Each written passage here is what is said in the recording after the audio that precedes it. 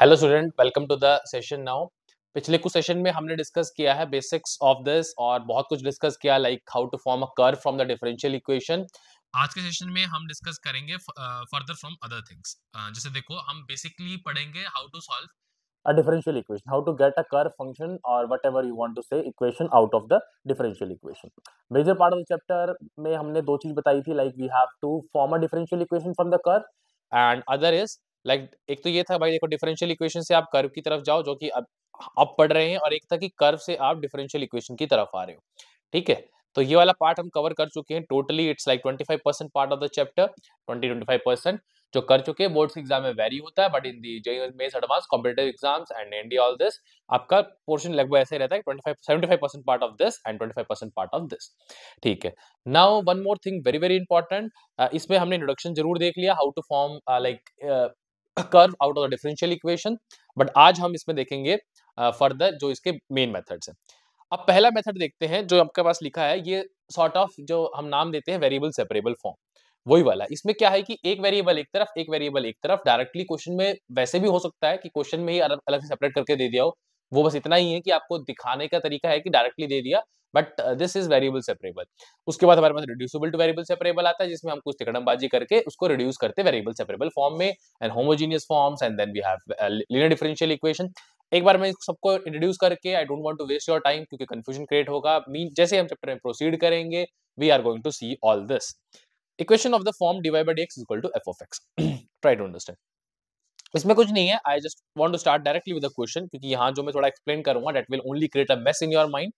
देखो, जो ये देख रहे हो dy by dx is equal to this, इसमें क्या है? Can't you write this like that? देखो, let's start with the solution directly, जहां से आपको समझ भी आ जाएंगी। dy मैं एक तरफ रखता हूं और dx को उधर ले जाता हूं, क्योंकि मेरे को पता है कि जो पूरा एक्सप्रेशन है वो x के फॉर्म में है और कुछ y के फॉर्म में तो है नहीं। तो it will be like x power 5 plus x square minus 2 by x and this dx। मैंने पहले बताया था in the introduction of this particular की भाई इसका इंटीग्रेट बोथ साइड करेंगे। इस तरफ तो y प्लस, मैंने कहा था एक तरफ ही कांस्टेंट लेना है, that's all part I have explained you. तो यहाँ नहीं ले रहा, मैं उस तरफ ले लूंगा। x की पावर 6/6 आ जाएगा as per the rule of indefinite integration. x की पावर 3/3 आ जाएगा एंड माइनस 2 ln x कह लो, ln x means the log x with the base e, और एक प्लस c लगा दूंगा, दैट्स ऑल। ये कितना जल्दी सॉल्व हुआ है यू कैन इमेजिन, क्योंकि अगर आपकी इनडेफिनिट इंटीग्रेशन स्ट्रांग है, no matter what the expression is, ये तो एक्सप्रेशन वैसे भी बहुत बेसिक था, just to like help you like familiar with this particular approach, but ठीक है, that's a very easy question. You can see the pre-written solution also, they have just done this, integrate किया उन्होंने दोनों तरफ और उनको मिला। यहाँ बस जो लिखा हुआ है that is like log x with a base e। एक बात और जो मैं वैसे mod mention नहीं किया मैंने, but you should always mention this mod। ठीक है, एक चीज मैं बता देता हूँ for to the viewers also कि यहाँ पर जो आपके solution में है, one thing I want to clarify कि log x with a base e को ही हम ln x लिखते हैं, ये चीज आपको बाई चांस पता भी होगी। ठीक है, and yes we have a mod inside the log always, क्योंकि log can only take the positive values, log can never take the negative value. Fine. अब देखो इलस्ट्रेशन नंबर 2 में थोड़ा सा और लाइक हल्का सा इसको चेंज करते हैं। यहाँ देखो ये है, पहले तो मैंने आपको डिस्कस भी किया था, we are going to study only the first order, but ऐसा कुछ नहीं, इसमें खास 2 बार इंटीग्रेट करके काम चल जाएगा, तो डोंट वरी अबाउट दिस। वैसे इसका ऑर्डर आप कह सकते हो 2 ऑर्डर है एंड डिग्री इज 1। चलो ठीक है, तो what I will gate d2y by dx2, ये भी वेरिएबल सेपरेबल ही है। आप कर क्या रहे हो इसको, आपके पास देखो ये कर लिया आपने, here you get cos square x। ठीक है, अब क्या करोगे आप, अब दिखाने को तो मैं dx स्क्वायर को उधर ले जाता हूँ, बट dy by dx को भी अगर मैं जैसे इंटीग्रेट करता हूँ तो व्हाट आई विल गेट, मेरे पास आएगा dy by dx। ठीक है, थोड़ा सा ज्यादा लाइक लुकेबल फॉर्मेट है ये, इसलिए मैं इस तरह से कह रहा हूँ dy by dx and cos square x, you know. Okay, 1 by cos square होगा तो ये secant स्क्वायर x हो जाएगा।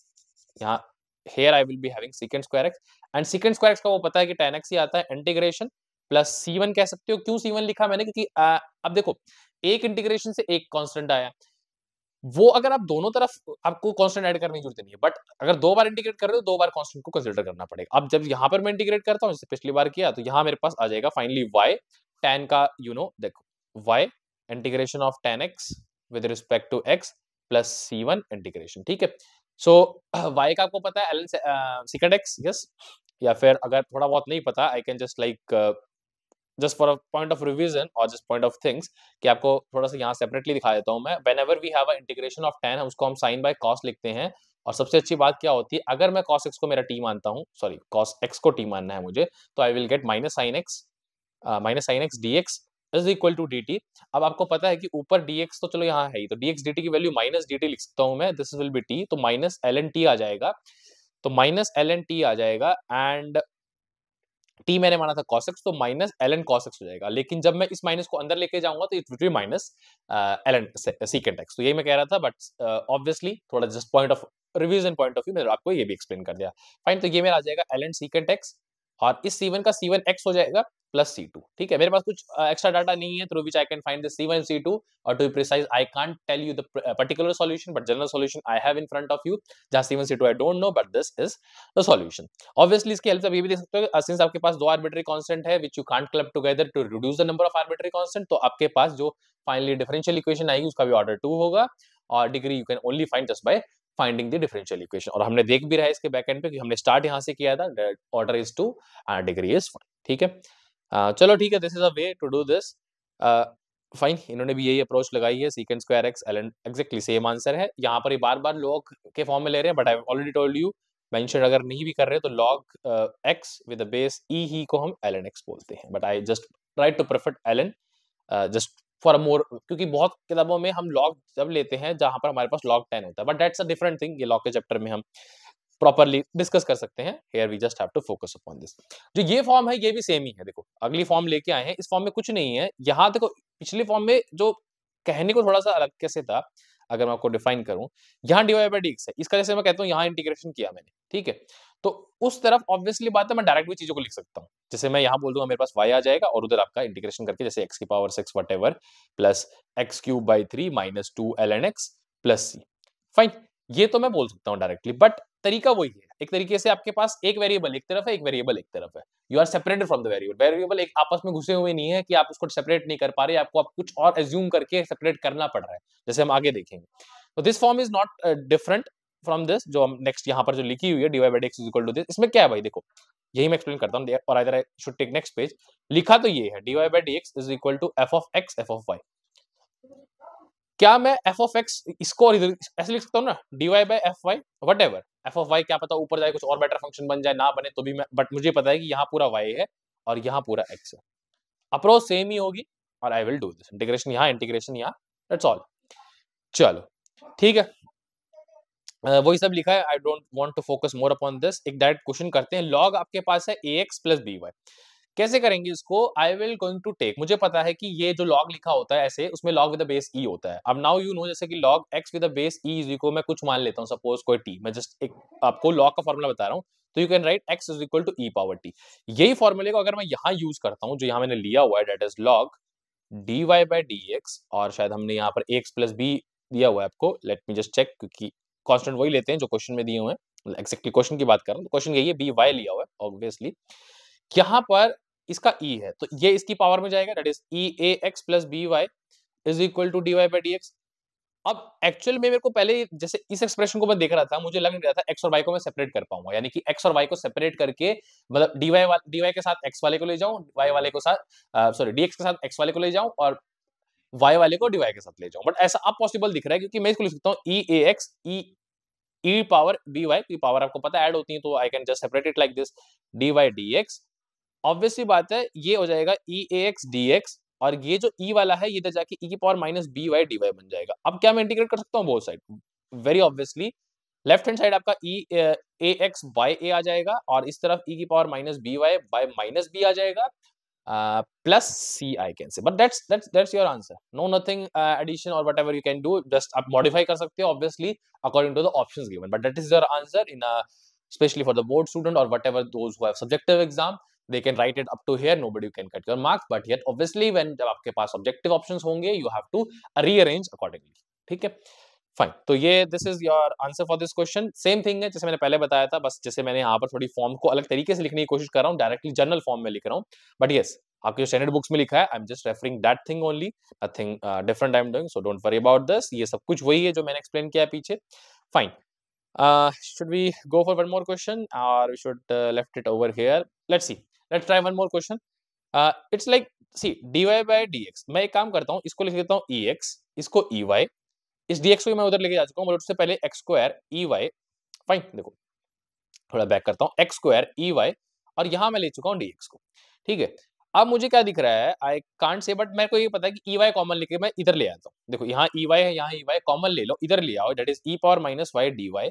तो इस साइड में आपको अच्छी बात क्या बची, that is you only have x। मतलब इधर वाला with respect to x integrate होगा, इधर वाला y के रिस्पेक्ट में होगा, इधर वाले का e की power minus y bye minus 1 and इधर वाले का e की पावर x, e की पावर x ही होता है, x स्क्वायर का x क्यूब बाय 3। मैंने कहा था whatever the way you can add a constant any side and you can get this. देखो कांस्टेंट ऐड करने से दिखने में अलग दिखता है in case of general solution, मतलब पर्टिकुलर सॉल्यूशन में वो चीजें एडजस्ट हो जाती है। अगर मैंने सी इधर भी लिया होता तो उसके अकॉर्डिंगली मेरे पर्टिकुलर सॉल्यूशन में चीजें वैसे ही इम्बाइब हो जाती, ठीक है। डोंट वरी अबाउट दिस, उस चीजों को आपको थोड़ा प्रैक्टिकल भी समझ पाओगे when you do the questions also.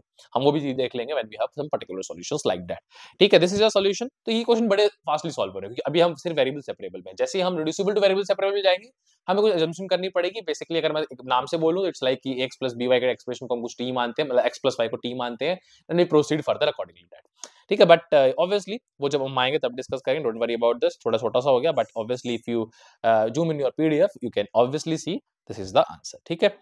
All about this. हाँ, ये जो फॉर्म है equation of the form this, इसी को हम बोलते हैं reducible two variable separable, RVSP, reducible two variable separable.